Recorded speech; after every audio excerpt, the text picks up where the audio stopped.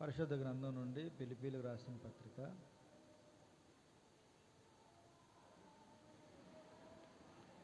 3వ అధ్యాయము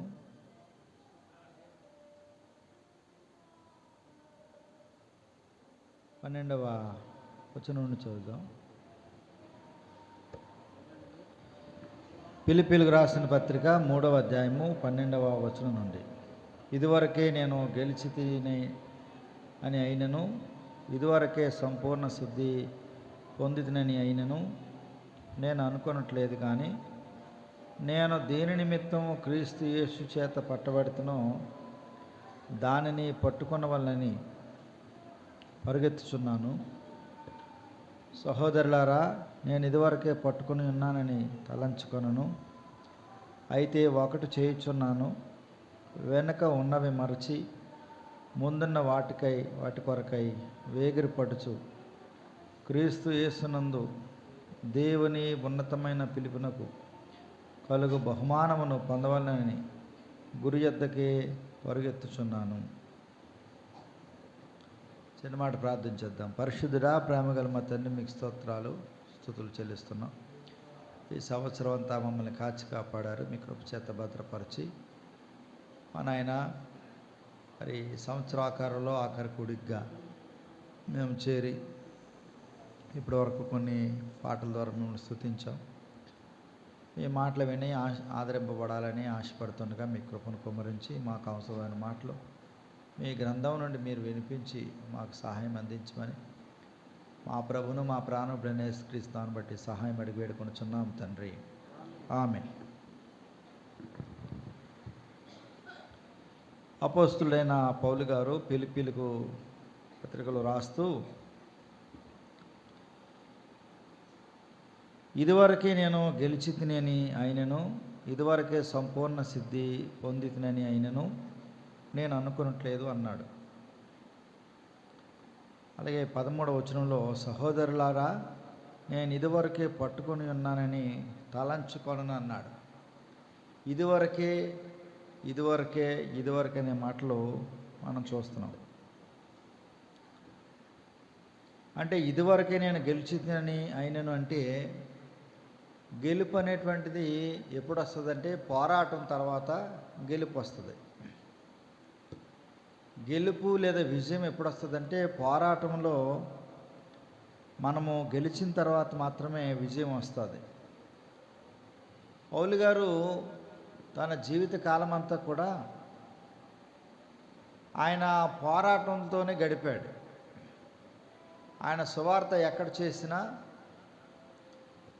రక్షించబడక మునుపు కూడా ఆయన క్రీస్తు నమ్మిన బిడ్డలను హింసించాడు, దూషించాడు, బాధించాడు. అయితే నమ్మిన తర్వాత ఆయన సువార్త సేవ అంతా పోరాటమే. ఎక్కడికి వెళ్ళినా యేసుక్రీస్తు ప్రభువుని గూర్చిన మరి ఎక్కువ తర్కం జరిగేది ఆయన దగ్గర. ఒక అన్యుల ప్రదేశానికి వెళ్ళి, విగ్రహారాధికులున్న ప్రదేశానికి వెళ్ళి అక్కడ బోధించినప్పుడు వారితో ఎక్కువగా తర్కం జరిగేది. అంత మాత్రమే కాదు, చాలాసార్లు ఆయన్ని కొట్టారు, హింసించారు, బాధ పెట్టారు. కాబట్టి ఆయన జీవితకాలంలో సువార్త అనేటువంటిది ఆయన పోరాటంతో పోరాడాడు. అయితే ఇక్కడితో నా పోరాటం అయిపోయింది, నేను గెలిచానని నేను అనుకోవట్లేదు అంటున్నాడు. ఇంకేమన్నాడు, ఇదివరకే సంపూర్ణ సిద్ధి పొందితినని అయినను నేను అనుకోవట్లేదు అంటున్నాడు. కాబట్టి మన పోరాటం ఎప్పటి వరకు అంటే మన జీవితాంతం వరకు మన పోరాటం. మనము సంపూర్ణ సిద్ధి పొందలేము ఒక్కసారే. క్రీస్తు సారూప్యంలోనికి మార్చబడే వరకు మనల్ని మనం మార్చుకుంటూనే ఉండాలి.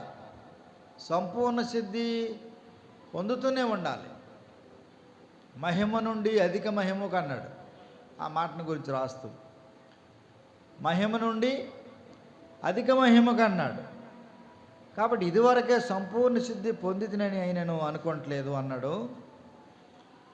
13వ వచనం చూడండి, సహోదరులారా, నేను ఇదివరకే పట్టుకొని ఉన్నానని తలంచుకొనను. ఆయన ఎందుకు పరిగెడుతున్నాడు? గురి వద్దకే పరిగెడుతున్నాను అన్నాడు. ఏదో ఒక ఒకది పట్టుకోవాలని ఆశతో పరిగెడుతున్నాడు. పరుగు బంధం పరుగు పెట్టేవారు ఏదో ఒకటి పట్టుకోవాలని పరిగెడతారు. కానీ నేను ఇదివరకే పట్టుకొని ఉన్నానని నేను అనుకోవట్లేదు. ఒకటి గెలిచానని అనుకోవట్లేదు ఆయన. అంటే గెలుపు అనేటువంటిది మన జీవితాంతం పోరాటం చేయవలసింది తప్ప గెలుపు అనేటువంటిది వచ్చి ఆగిపోయేది కాదు. రెండోది, సంపూర్ణ సిద్ధి పొందానని నేను అనుకోవట్లేదు అన్నాడు. అంటే మనం ప్రాణం పోయే వరకు, దేవుని రాకడ వరకు మనం సంపూర్ణ సిద్ధి పొందుతూనే ఉంటాం. అంటే ఆయన సారూప్యంలోనికి దినదినము మనం సరిచేసుకుంటూ మార్చబడుతూ ఉంటాం. అందుకని ఆయన సంపూర్ణ సిద్ధి పొందానని కూడా నేను అనుకోవట్లేదు అంటున్నాడు. ఇక మూడవదిగా 13వ వచనంలో, నేను ఇదివరకే పట్టుకొని ఉన్నానని తలంచుకొనను అన్నాడు. అయితే ఒకటి చేయుచున్నాను, వెనుక ఉన్నవి మరచి ముందున్న వాటి కొరకై వేగిరపడుచు అన్నాడు. వెనుక ఉంటాయి కొన్ని, అవి మరిచిపోవాలి. పాత సంవత్సరంలో ఎన్నో ఉంటాయి జ్ఞాపకాలు. అంటే ఏవో చేద్దాం అనుకుంటాం. ఒక క్రొత్త సంవత్సరం రాగానే కొన్ని తీర్మానాలు చేసుకుంటాం.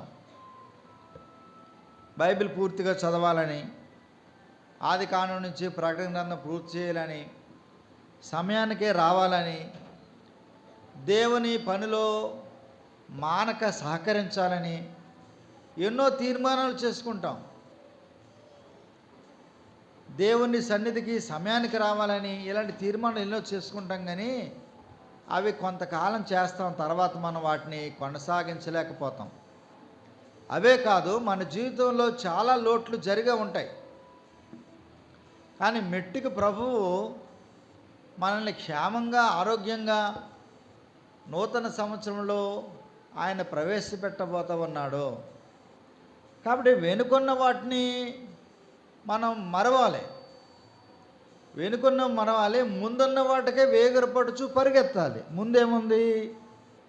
14వ వచనం, క్రీస్తు యేసునందు దేవుని ఉన్నతమైన పిలుపునకు కలుగు బహుమానమును పొందవలనని నేను గురి వద్దకే.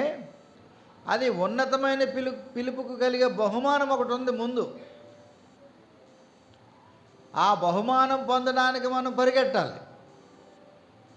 ఆ బహుమానం పొందడానికి పరిగెట్టాలంటే మనం వెనుకున్న వాటిని మర్చిపోవాలి. వెనుకున్న వాటిని చూసామనుకోండి, మనం బోల్తా పడతాం.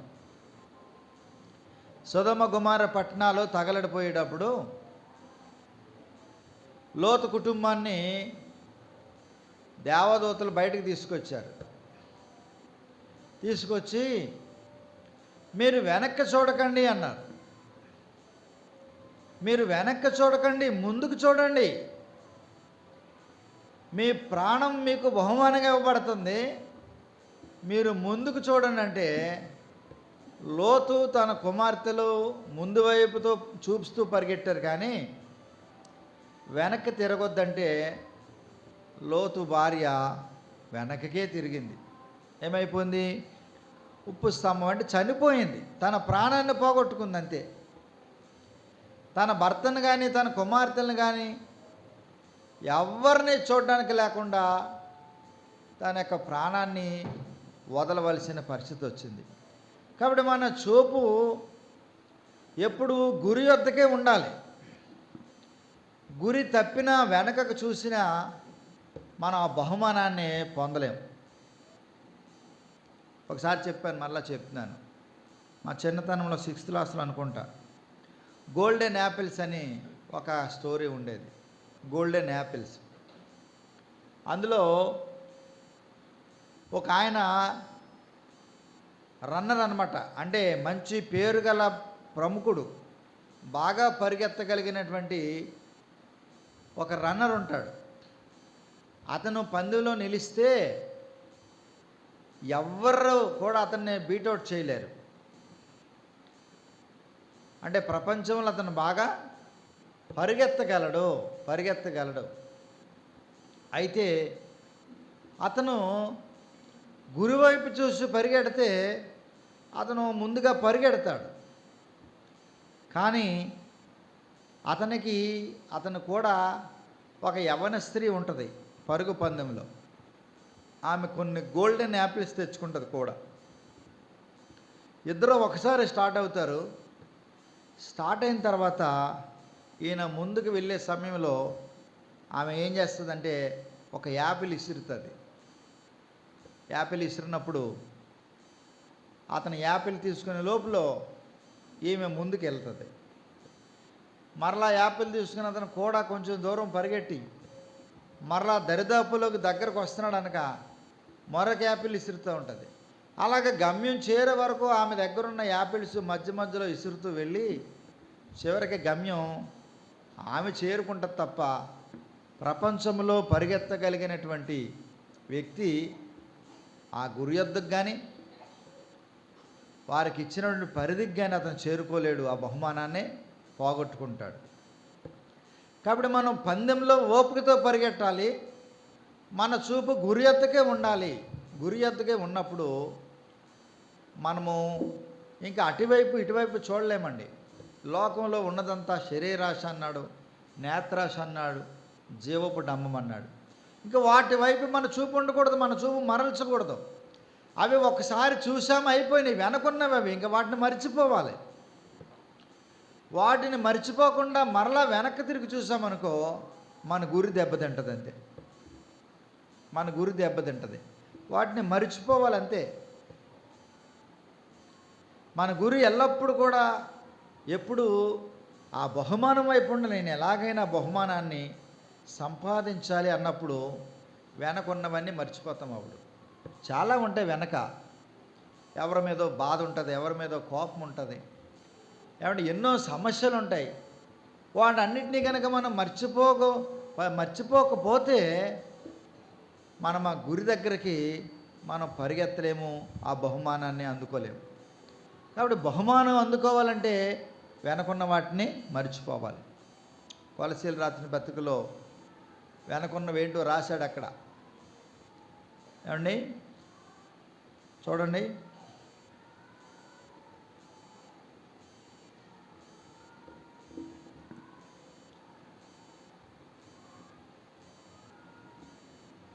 మూడవ అధ్యాయం చూడండి, 3:7. పూర్వము వారి మధ్య జీవించినప్పుడు మీరు వీటిని అనుసరించి నడుచుకుంటారు. ఇప్పుడైతే మీరు కోపము, ఆగ్రహము, దుష్టత్వము, దూషణ, మీ నోట బూతులు అని వీటినన్నిటినీ విసర్జించుడి. ఒకరితో ఒకడు అబద్ధం ఆడకుడి. ఏలైనగా ప్రాచీన స్వభావమును దాని క్రియలతో కూడా మీరు పరిత్యజించి జ్ఞానము కలుగు నిమిత్తము దానిని సృష్టించిన వారిని పోలుకు చొప్పున నూతన పరచబడుచున్న నవీన స్వభావం అన్నాడు ఇక్కడ. కాబట్టి నూతన స్వభావాన్ని ధరించుకోవడానికి వెళ్ళే మనం పాతవైన దుర్గుణాలు ఉంటాయి కొన్ని, అసూయ, ద్వేషము, కోపము, ఇలాంటివన్నింటినీ ఏం చేయాలంటే మనం మర్చిపోవాలి. ఇంకా యాషావు గురించి రాస్తూ ఏప్రిల్ రాసిన పత్రికలో అతను భ్రష్టుడు అన్నాడు. యాషావు గురించి రాస్తూ ఏమని రాశాడండి? భ్రష్టుడు అన్నాడు. భ్రష్టుడైన యాషావు కూడా మనకు ఒక నీతి పాఠం నేర్పిస్తాడు. ఏమి నీతి పాఠం నేర్పిస్తాడంటే, అతను తన తమ్ముడైన యాకోబు మోసం చేస్తాడు. అతను 2 సార్లు మోసం చేస్తాడు. ఒకటి, చిక్కుడుకాయల కూర దగ్గర, అరే తమ్ముడు ఆకలి అవుతుంది, నువ్వు కూర బాగా వంట చేస్తావు కదా, నాకు కొంచెం పెట్టరా అంటే పెట్టవచ్చు కదా, అన్నయ్య కదా. లేదు, నీ జాస్తత్వాన్ని ఇస్తానే నేను ఇస్తానన్నాడు. అతను కూడా తృణీకరించాడు. అయినా బాధ ఉంది, తన కడుపులో బాధ ఉంది. సరే, రెండవదిగా అక్కడేదో జరిగింది అనుకుందాం. రెండవదిగా ఏం జరిగింది? తండ్రి అన్నాడు,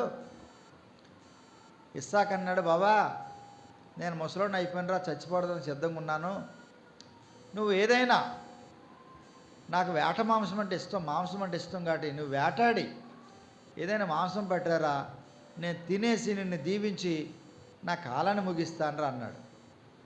అలాగన్నప్పుడు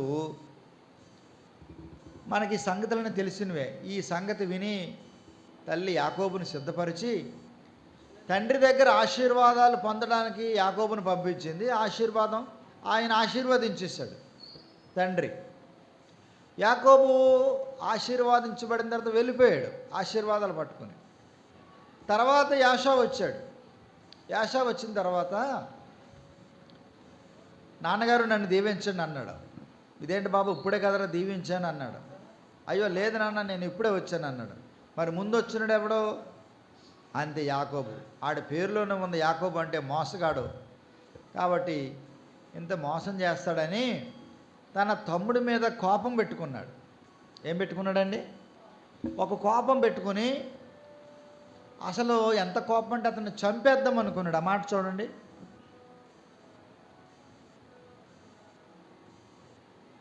ఆదికాండంలో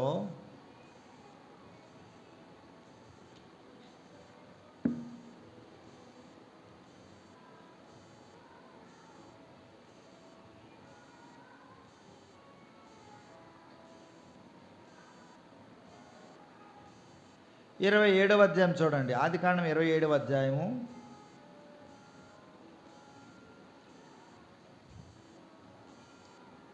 41 వచనం చదువుదాం.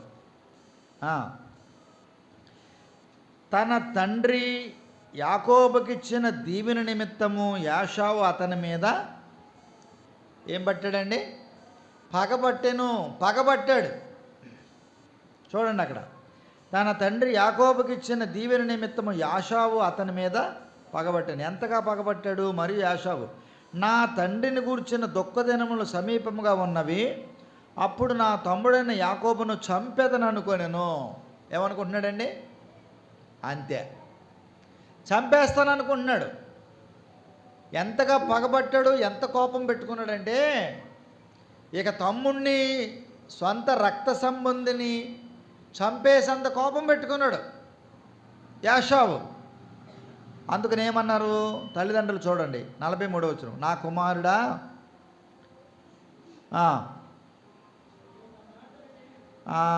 42 కూడా చదువుదాం. రెబ్కా తన పెద్ద కుమారుడని యాషావు మాటలను గురించి విన్నప్పుడు ఆమె తన చిన్న కుమారుడని యాకోబును పిలవనంపించి అతనితో ఇట్లైనను, ఇదిగో నీ అన్నయ్యని యాషావు నిన్ను చంపేదనని చెప్పి నిన్ను గురించి తాను వాదార్చుకొనుచున్నాడు. అంటే పగబెట్టుకున్నాడు, పళ్ళు గిట్టగలిసి వాదార్చుకున్నాడు. అంటే ఆడికాడే అణుచుకుంటున్నాడు. ఎందుకు అణుచుకుంటున్నాడు? తండ్రి చూస్తే ముసలాడు పెద్దోడు అయిపోయాడు.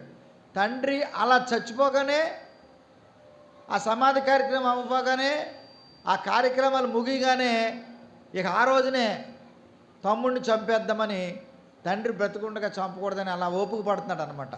అన్నాడు కదా ముందే, దుఃఖదినములు సమీపంగా ఉన్నాయి. అంటే తండ్రి తండ్రి చనిపోయిన తర్వాత కొన్ని దినాలు దుఃఖదినములు పాటిస్తారు వాళ్ళు. పాటించిన తర్వాత ఇంకా తండ్రి గొడవ అయిపోయినట్టే. అప్పుడు తమ్ముడిని చంపుదామని యాషావు పగబెట్టుకున్నాడు, పాపంతో ఉన్నాడు. అందుకే తల్లి ఏమంటాం చూడండి 43వ వచనం. కాబట్టి నా కుమారుడా, నీవు నా మాట విని లేచి హారానులోనున్న నా సహోదరుడు లాబాను వద్దకు పోయి నీ అన్న కోపము చల్లారు వరకు, నీ అన్న కోపము నీ మీద నుండి తొలగి నీవు అతనికి చేసిన వాటిని అతడు మరుచు వరకు లాబాను వద్దకు కొన్నాళ్ళు ఉండుము అంటున్నాడు. అంటుంది ఆమె. కాబట్టి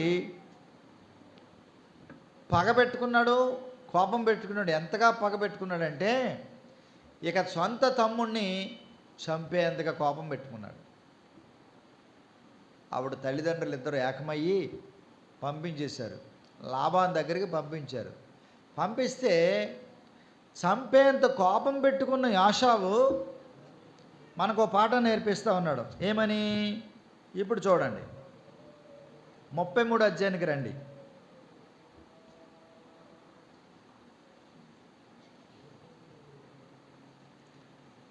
33వ అధ్యాయం మొదటి నుంచి చదువుదాం. యాకోబు కన్నులెత్తి చూసినప్పుడు యాషావును అతనితో 400 మంది మనుషులను వచ్చుచుండిరి. ఇప్పుడు కోపం పెట్టుకున్నాడు, పగ పెట్టుకున్నాడు. ఏమంటే చంపేంత కోపం పెట్టుకున్న యాషావు ఎంతమందితో వస్తున్నాడు? 400 మందితో వస్తున్నాడు. వస్తుంటే 2వ వచనం, అప్పుడు అతడు తన పిల్లలను లేయా రాహేలులకును ఇద్దరు దాసీలను పంచి అప్పగించెను. తర్వాత చూడండి, అతడు ముందర దాసీలను వారి పిల్లలను వారి వెనుక లేయను ఆమె పిల్లలను ఆ వెనుక రాహేలును యోసేపును ఉంచి తాను వారి ముందర వెళ్ళుచు తన సహోదరుని సమీపించే వరకు 7 మార్లు నేలను సాగిలిపడెను. అప్పుడు యాషావు, చూడండి 4వ వచనం, అప్పుడు యాషావు అతనిని ఎదుర్కొన్న పరుగెత్తి అతనిని కౌగిలించుకొని అతని మెడ మీద పడి ముద్దు పెట్టుకొనెను. వారిద్దరూ కన్నీరు ఏమి విడిచారండి? ఏమైపోయింది కోపం? ఏమైపోయింది పగ? చంపేంత కోపం ఉంది కదా. ఏం చేశాడు అతను? ఇక వెనకున్నవన్నీ మరిచిపోయాడు అంతే. అసలు భ్రష్టుడు అని పిలిపించుకున్న యాషావే మనకు పాఠం నేర్పిస్తూ ఉన్నాడు. తన తమ్ముడి విషయంలో చాలా పగతో ఉన్నాడు, ముందు రగిలిపోయాడు.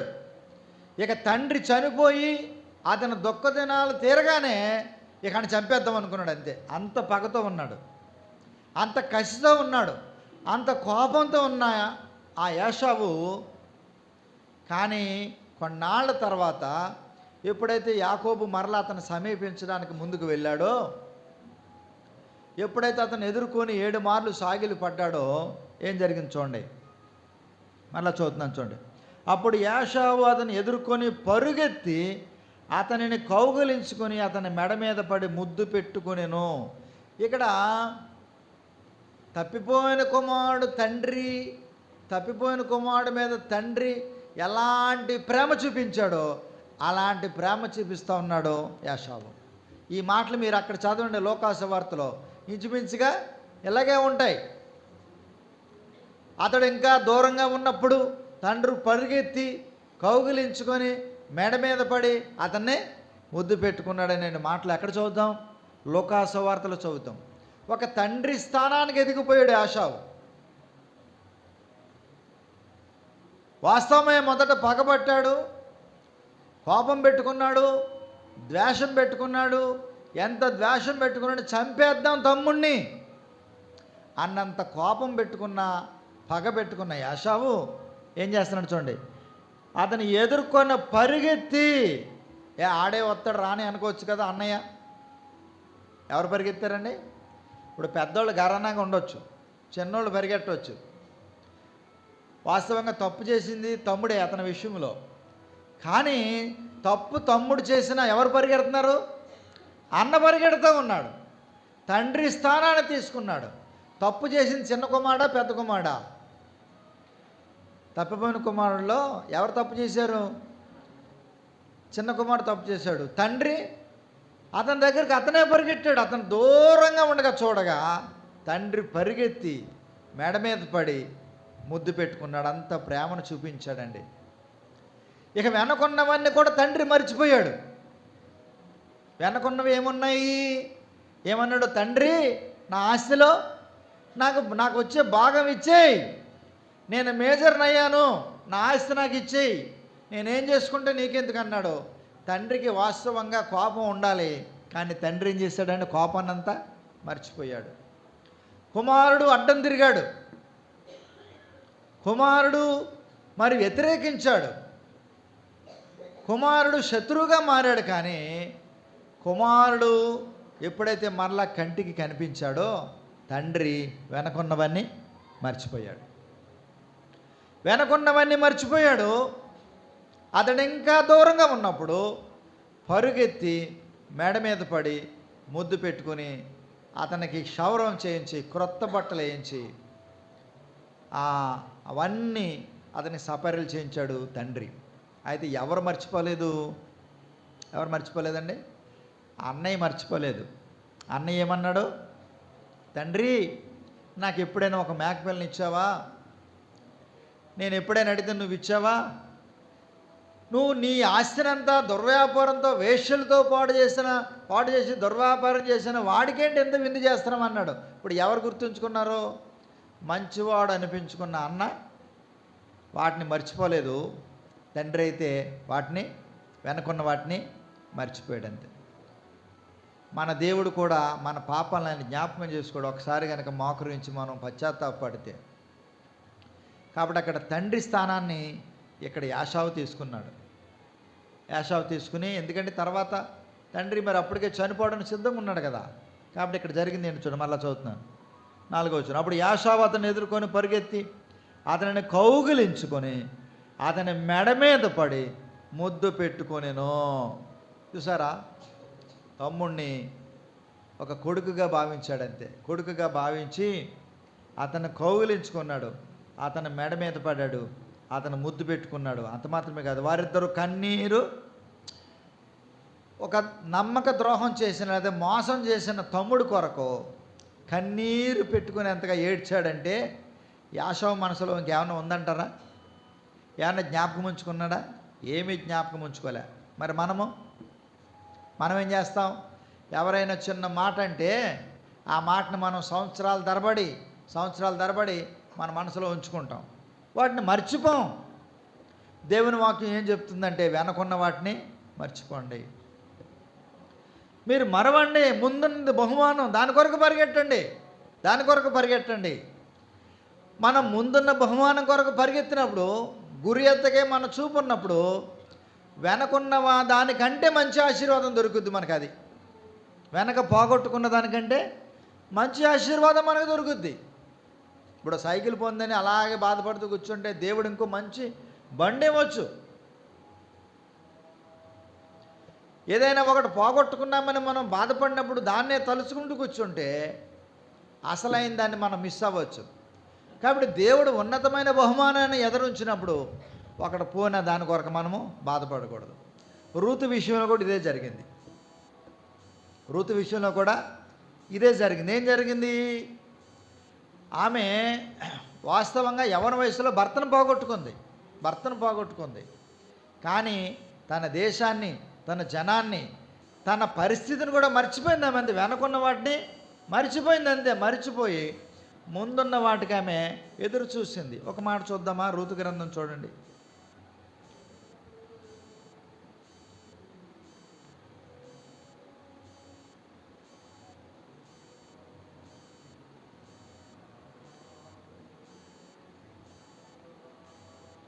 రూతు గ్రంథము 2వ అధ్యాయము.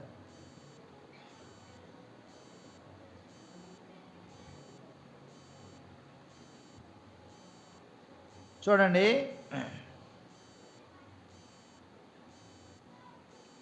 11వ వచనం చదువుతాం చూడండి. 2:11. నీవు నీ తల్లిదండ్రులను, నీ జన్మభూమిని విడిచి అంటే మరచి, ఇంతకుముందు నీవు ఎరుగని జనమునద్దకు వచ్చితివి. అంటే వెనకున్న వాటిని ఏం చేసింది ఆమె? అంతకుముందు ఆమె తల్లిదండ్రులు, జన్మభూమి, అక్కడ ఎన్నో ఉండవచ్చు, వాటన్నిటినీ విడిచిపెట్టిందంటే మర్చిపోయింది. మరిచి ఏం జరిగింది? ఇప్పుడు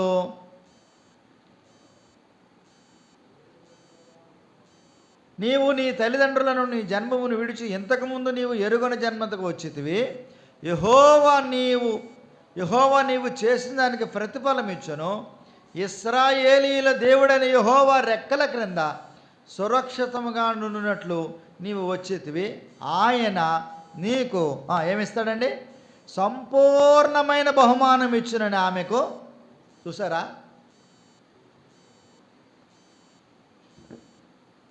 ఇప్పుడు చేతిలో వెండి ఉంగరం పోయిందనుకోండి, బంగారం ఉంగరం దొరికినంత పని అయిందనమాట. ఆమెకు వాస్తవంగా వివాహం అయింది, భర్త చనిపోయాడు, స్వదేశంలో చాలా జీవితం ఉంది, యవనస్తురాలు కాబట్టి. కానీ దేశాన్ని విడిచిపెట్టింది, తల్లిని, తండ్రిని, తనకున్న సమస్తాన్ని విడిచిపెట్టి రావడమే కాదు, వాటిని మర్చిపోయింది కాబట్టి ఇప్పుడు ఏమన్నాడు ఇక్కడ? ఇశ్రాయేలీలు దేవుడని యెహోవా రెక్కల క్రింద సురక్షితముగా నుండినట్లు నీవు వచ్చితివి. ఆయన నీకు సంపూర్ణమైన బహుమానం ఇచ్చిన ఆమెకు. దొరికిందా? దొరకలేదా? నయోమి కుటుంబానికంటే ఉన్నతమైన కుటుంబంలోకి ఆమె కోడలుగా వెళ్ళింది. ఈమె చనిపోయిన భర్త కంటే ఉన్నతమైన భావాలు కలిగిన వాడు, చాలా ఆస్తిపరుడు.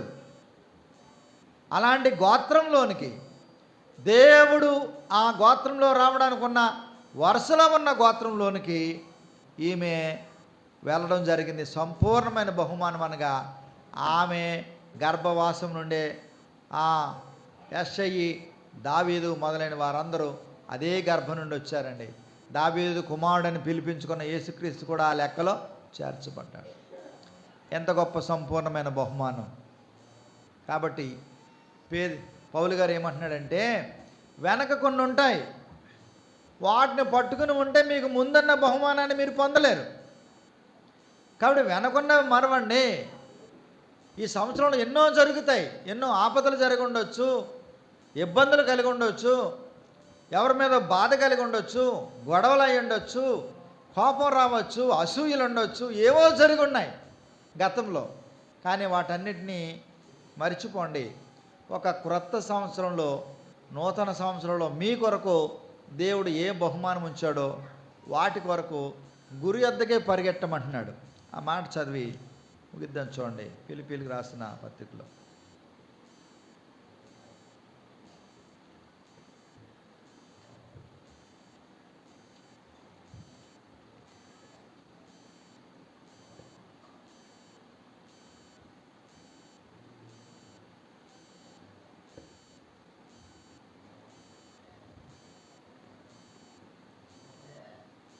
ఫిలిప్పీలు రాసిన పత్రిక 3వ అధ్యాయం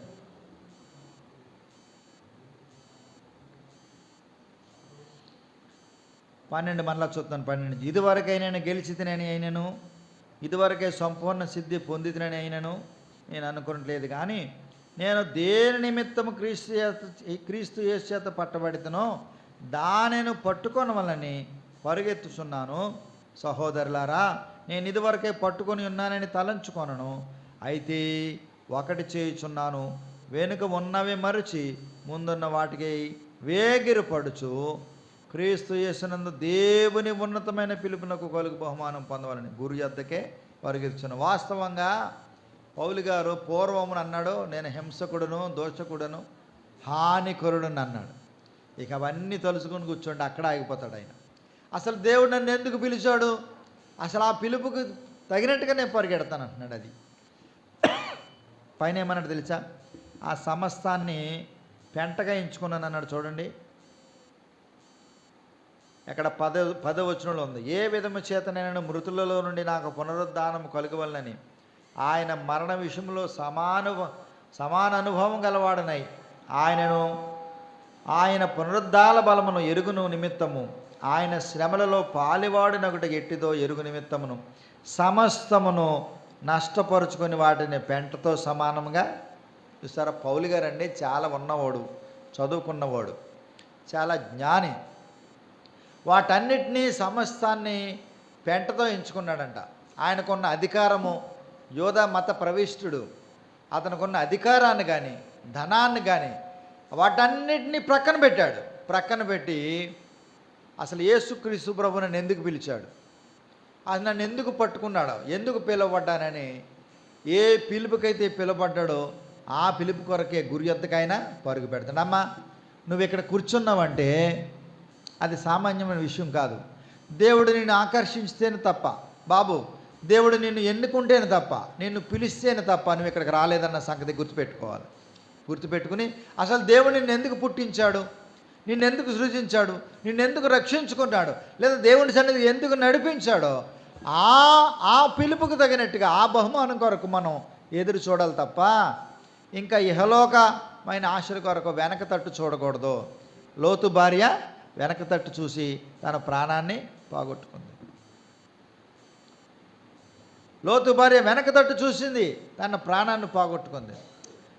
పేతురు అటు ఇటు ప్రక్కలకు చూసి మునిగిపోసాగాడు. అయితే భ్రష్టుడని పిలిపించుకున్న యాషా ఒక పాఠం నేర్పిస్తున్నాడు. తన తమ్ముడిని చంపేద్దామన్న పగతో ఉన్నవాడు వాటిని మరిచి తన్ను పరిగెత్తాడు, కౌగిలించుకున్నాడు, ముద్దు పెట్టుకున్నాడు, కన్నీరు కార్చాడు. ఇవాళ కార్చగలవ కన్నీళ్ళు? ఏ సహోదరుడి మీద ఏదైనా బాధ ఉందా? ఏ సహోదరు మీద ఏదైనా బాధ ఉందా? లేదా నీ జీవితంలో ఏదైనా పోగొట్టుకుంటున్నాననేటువంటి బాధ ఉంటే వాటన్నిటినీ మరువు. ఉన్నతమైన పిలుపు కలిగే బహుమానం ఒకటి ఉంది, దాని కొరకు గురి ఎద్దకు పరిగెట్టు. రూతు కూడా ఒక పాఠం నేర్పిస్తూ ఉంది. నా జీవితం ఇలాగ అయిపోయిందే, నా భర్త చనిపోయాడే, నేను ఇంకా విధవరాలని కూర్చోలేదు, అవన్నీ మరిచింది, పక్కన పెట్టింది, పనిలో పడింది. తన విశ్వాసమును తన పవిత్రతను కాపాడుకుంది. దేవుడు మరి శ్రేష్టమైన బహుమానం అనగా సంపూర్ణమైన బహుమానాన్ని ఆమెకి ఇచ్చాడు.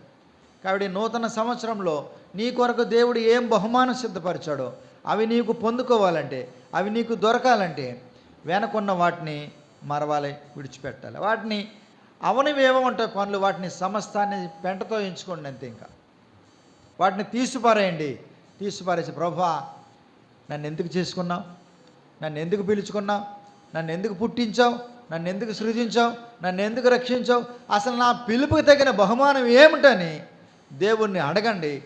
ఆ పిలుపు తగిన బహుమానం ఈ సంవత్సరంలో ఏమి ఇవ్వబోతా ఉన్నాడో దేవుణ్ణి అడిగి అలాగ సంపూర్ణ బహుమానంకై మనం పరిగెడదాం. గురి యొద్దకే మనం పరిగెడదాం. వెనుక వైపు కానీ అటు ఇటు కానీ మనం చూడకుండా మన చూపు తిన్నగా ఉండాలి, అది గురి వద్దకే ఉండాలి. అలా ఉన్నప్పుడు తప్పనిసరిగా ఆ బహుమానాన్ని మనం పొందుకోగలం. మరి క్రొత్త సంవత్సరం అడుగుపెట్టే మనం ఇక పాతవన్నీ విడిచిపెట్టండి. కోపము, అసూయ, ద్వేషము, ఏమండి, మత్సరము, ఇలాంటి దుర్గుణాలన్నీ విడిచిపెట్టి ప్రేమ, సంతోషము, సమాధానము ఇలాంటి మంచి లక్షణాలని మన హృదయంలో అలవర్చుకోవాలని ప్రభుపేట మనం చేస్తూ ఉన్నాను. ఏమన్నాడు తెలుసైనా, రాతి గుండెని తీసివేసి మాంసపు గుండె ఇస్తానంటే చాలామంది ఇంకా కఠినాత్ములుగా అలాగే మిగిలిపోతూ ఉంటున్నారు. ఆ మనసులను కఠినం చేసుకుని, ఆ పగలు అలాగే ఉంచుకుని, కోపం అలాగే ఉంచుకుని, గుండె రాయి చేసుకుని అలాగే బ్రతుకుతూ ఉన్నారు. వాటిని తీయండి, మీ గుండె మెత్తన గుండె అవుతుంది. దేవుడిచ్చే బహుమానాన్ని మీరు అందుకోగలుగుతారు. దేవుడు తన వాక్యం మన కొరకు దీవించుగాక. ఆమేన్. వందనాలండి.